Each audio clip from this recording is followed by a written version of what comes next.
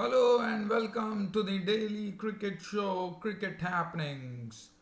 Well, I welcome you all with the news that international cricket in Pakistan returned to Pakistan with a real bang. As I said, the real bang is because Pakistan were the victors in the three match T20 series today, where they beat the World 11 I will tell you, basically, they beat the World 11 by 33 runs at the Gaddafi Stadium in Lahore to pick up the Independence Cup. A very good match where Ahmed Shehzad was the hero with some brilliant strokes, and he was looking in absolutely peak form with his batting today, with his strokes really coming from the middle of the bat after quite a long time. And he was also placing the ball beautifully into the gaps, and the World 11 found it very difficult to usurp such a target. With the Pakistani bowlers also really sticking to a good line and keeping the World 11 batsmen on a tight leash. So Pakistan would be very happy. The Pakistan fans would have been greatly would be not only happy but happy in a very big way as international cricket returned to Pakistan with a big bang. Right. So now, the other thing which is coming up tomorrow is one wonderful T20 match which is coming up, and it's going to be happening between West Indies and England. And nobody can forget the battle that happened in the T20 World Cup when the West Indians were crowned champions in India, when Carlos Brathwaite, the skipper, the now skipper of the West Indian cricket T20 team, hit 4 sixes of Ben Stokes. But a lot of things have happened. But I can tell you one thing, this West Indies team is absolutely strengthened now, and they are looking like a pocket of dynamite to me as far as power is concerned. But I will be definitely talking about that in this particular cricket show. So these are the two things that we are going to look at, and then we'll also have a look at briefly at some cricket news. But let's head towards the Gaddafi Stadium in Lahore and see how Pakistan won the Independence Cup. So this particular match was played at the Gaddafi Stadium in Lahore. This is the final match as both the teams were locked at 1-1, and Pakistan were inserted into bat with the World 11 captain du Plessis winning the toss and asking Pakistan to bat first. Well, they got off once again to a decent start with Fakhar Zaman and Ahmed Shehzad, as in previous matches, getting off the blocks pretty quickly, as both are good stroke makers. And Fakhar Zaman definitely did not have a good series, barring the innings that he played today, where he made 27 of 25. There was 2 fours and 1 6 before becoming run out of Sammy, and that was the first wicket. Babar Azam joined in to join Ahmed Shehzad, and Babar Azam also showed a lot of aggressiveness in his batting as he was playing some very, very good strokes, but it was all about the batting of Ahmed Shehzad. Now, Ahmed Shehzad, we have seen that he has not been very consistent, but today the innings that he played showed that he not only had a lot of strokes in his repertoire, it was also very sensible batting, as Ahmed Shehzad was putting the ball into the gaps and getting runs. And finally, towards the end, Ahmed Shehzad showed some real power when he dispatched Cutting for 3 consecutive sixes in the 18th over of the innings. And what a knock from Ahmed Shehzad. As I said, it was a very fluent knock from Ahmed Shehzad. The strokes were flowing from the middle of the bat, and he, as you know, he's a very good cutter of the ball, and he's also very good, I would say, he plays some nice strokes as well all around the wicket. And Ahmed Shehzad's innings was the one which really helped the Pakistan innings to a total of 183 for 4, which is share being 89 of just 55 deliveries, 8 fours and the 3 sixes, consecutive sixes of the bowling of Ben Cutting. 89, wonderful knock from him. Babar Azam also contributed in a very big way as he made 48 of 31 deliveries, 5 fours. Shoaib Malik played a brief cameo towards the end of the innings, by contributing an unbeaten 17 of 7 balls, 2 sixes. Ahmed Wasim was out for naught. Sarfraz Ahmed was not out on naught. Sarfraz Ahmed did not get much to bat in this particular T20 series because the depth of the Pakistan batting had done the trick. The top order had really fired well. 183 for 4 was a good score on this particular wicket.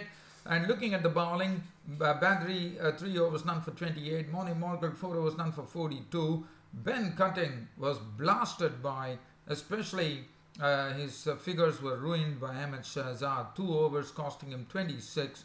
Pereira 4 overs 2 for 37, I thought bowled a decent line. Sami was the most economical bowler amongst all the runs being scored, 4 overs none for 24, and Imran Tahir went for 26 of his 3 overs. Now the World 11 were set a target of 184 runs to win the match. It all started off with Tamim Iqbal and Hashim Amla, but one was waiting for a very good opening stand to really happen, but Tamim Iqbal once again failed with the bat. Usman Khan provided them a quick breakthrough by disturbing the timber of Tamim Iqbal. He was gone bowled by Usman Khan for 14 of 10 balls, 3 fours. That was wicket number 1. Ben Cutting was actually promoted in the batting order to probably up the ante, but he was castled by Hassan Ali, who was playing in this game today. 5 of 4 balls with 1 4. And then there was a run out that happened where Hashim Amla was run out for 21 of just 12 deliveries with 4 boundaries. It was a combination of Fakhar Zaman and Hassan Ali's good work that saw Hashim Amla being run out. After that, there was some real pressure on the World 11 as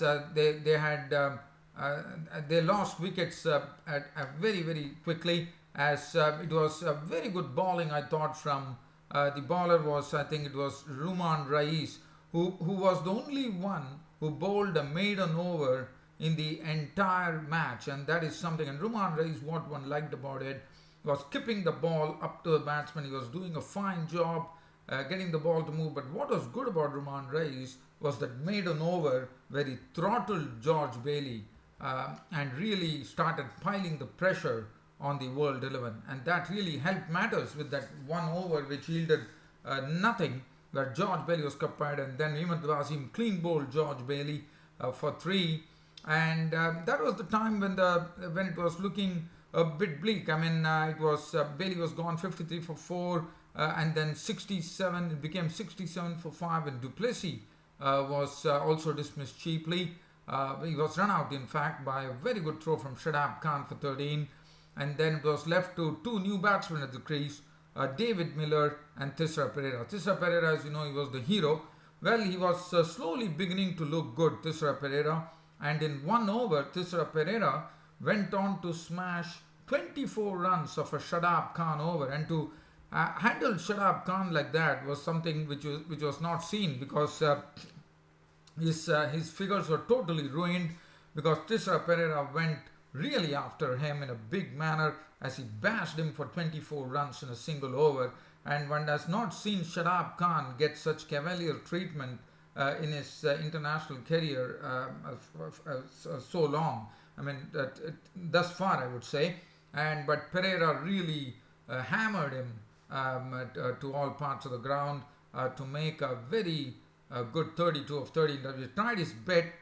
David Miller also tonked 32 of 29, dealt with 2 fours, 1 0. But Hassan Ali picked up a big wicket of David Miller, and Ruman Rais, who had bowled brilliantly, as I said, picked up the wicket of Thisra Pereira. That was a big wicket that they wanted. They got it. And then Darren Sammy, there was still a threat of Darren Sammy, but the problem with Darren Sammy was the morning Morkel was run out for 1, and it was getting a bit too much for Darren Sammy. And finally, Darren Sammy had to be content being unbeaten on 24 of 23 deliveries, 2 fours and 1 6, and that left Samuel Badri not out or not, and all that the World 11 could muster was 150 for 8, thus leaving Pakistan victors by 33 runs, and Pakistan lifted the Independence Cup. And as I said, the crowd would have been absolutely overjoyed, because, as I said, international cricket returning to Pakistan and Pakistan lifting the Independence Cup was in itself a very good achievement. Ahmed Wasim 4 overs 1 for 34. Usman Khan 1 for 26 today. I thought he was impressive. Hassan Ali also bowled a very good line. We definitely saw what Hassan Ali can do. 4 overs, none for 2 for 28. It was the first time that Hassan Ali really bowled a good line in this T20 series. Ruman Reis to me was the most impressive bowler. 4 overs, 1 made in 20 runs and 1 wicket. As I said, he bowled the only maiden of the whole match. Mohammad Nawaz 1 over for 7. Shadab Khan was hammered by Tisha Pereira to the tune of 34 runs. So it was all done and dusted. The player of the match went to Ahmed Shehzad, and the player of the series was taken by Babar Azam for his very good consistency throughout the T20 series. So it's all over. But it was very good to see that Pakistan finally had a taste of some international cricket, and Pakistan definitely would have made all their fans really proud by getting this victory under the belt. Well, from here, let's head on to the third T20. The T20 match, which is going to happen between England and West Indies.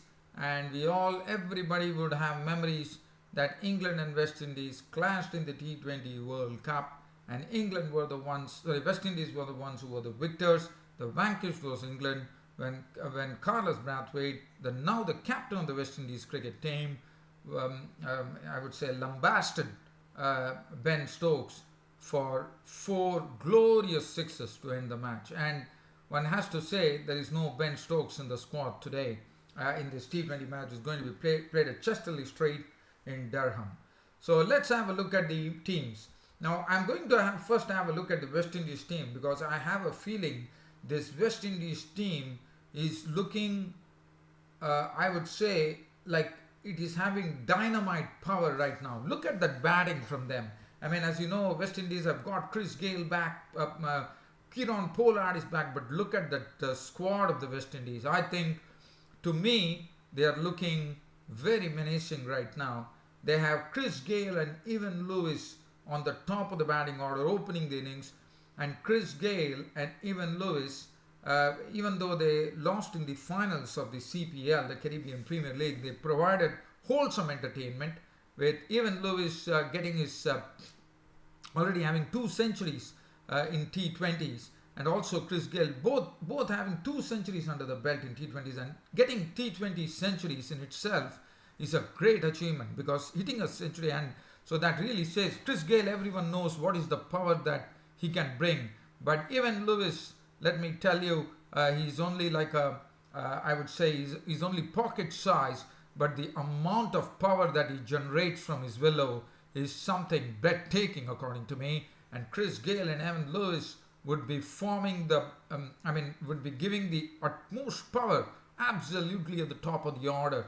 And then they have Marlon Samuels coming in. Marlon Samuels also knows that probably he does not have raw power, but he has tremendous timing.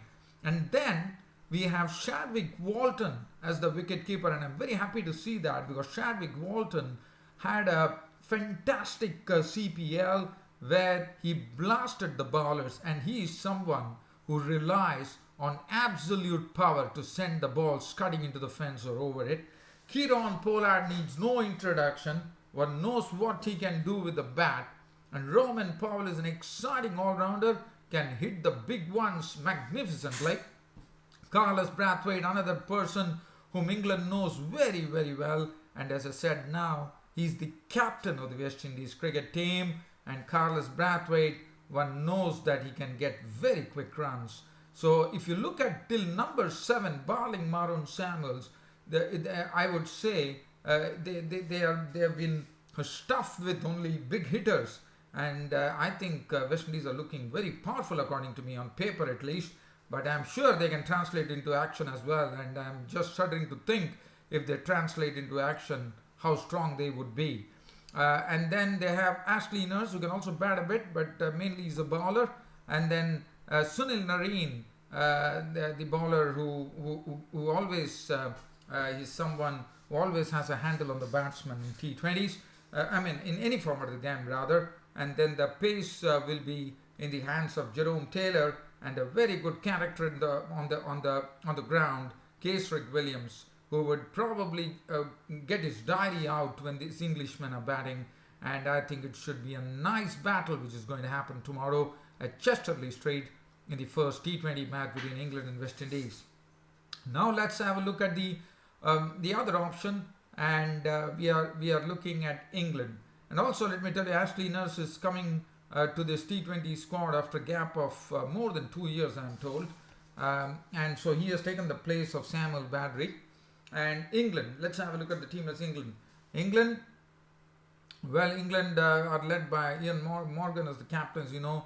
But also, let me tell you, England are also, even though one probably feels that England doesn't have the same power as the West Indies, but I can tell you they can match the West Indian power with lot of punch, according to me, because Alex Hales is in some great form, and Alex Hales and Jason Roy is a very, very formidable opening partners, and they have had very good opening stands put together. And then they have the solidity of Joe Root. David Mallon is also one who is totally suited to T20 cricket. One knows what a knock he played against South Africa on his T20 debut. And then Josh Butler, always a very, very handy batsman, handy wicketkeeper batsman to have. As you know, he can take he can rotate his bat 360 degrees to get the runs. And then they have Liam Dawson, who is the spinner, as well as also he will bat a bit as well. And then they have Adil Rashid, who is also definitely is confirmed as an all-rounder. And then Tom Curran, who had a very good time against the South Africans, as you would remember, Tom Curran. And to me, Tom Curran is someone who is having boundless energy, and one has seen that he's one for the future for sure. And then they have the experience of Chris Jordan and Liam Plunkett to handle the bowling resources. So all in all, it should be a very good game of cricket, I think. And I think one definitely would like to see a blast happening in this T20 match. And one is really waiting. I'm really waiting to watch this match, because I think the West Indies have some great firepower. England definitely also has some very good punch, no doubt about it. But it all finally everything will boil down to brass tacks, I would say, when both the teams clash in the first of the T20 matches that's being played tomorrow at Chesterley Street in Durham. So that is as far as that particular. Let's have the pitch and conditions. Looking at the pitch and conditions, they say that it should be fine. Probably a few odd showers here and there, probably.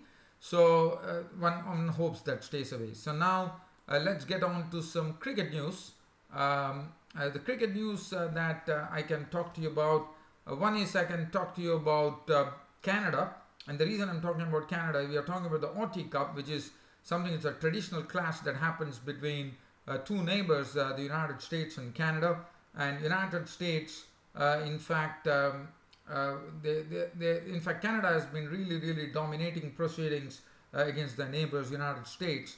But finally, it was a win for the United States. They won the Autie Cup, as it is known. They won this cup after 26 years. So that is something that they would be very happy about.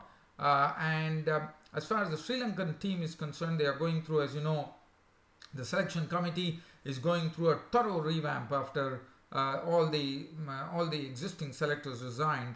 And one would remember this bowler. He was a pace bowler once upon a time. The former pace bowler Graham Labroy has been appointed as the Sri Lankan chief selector. And so with this being said, it's about time for me to bring the curtain down on this daily cricket show for today, but promising you that I'll be back with you to be talking on the West Indies-England T20 match, which is going to get as exciting as it gets, according to me. And I'll be there to cover that particular match. I'll be talking about that game tomorrow with you, dear friend subscribers. Till such time, it's good night.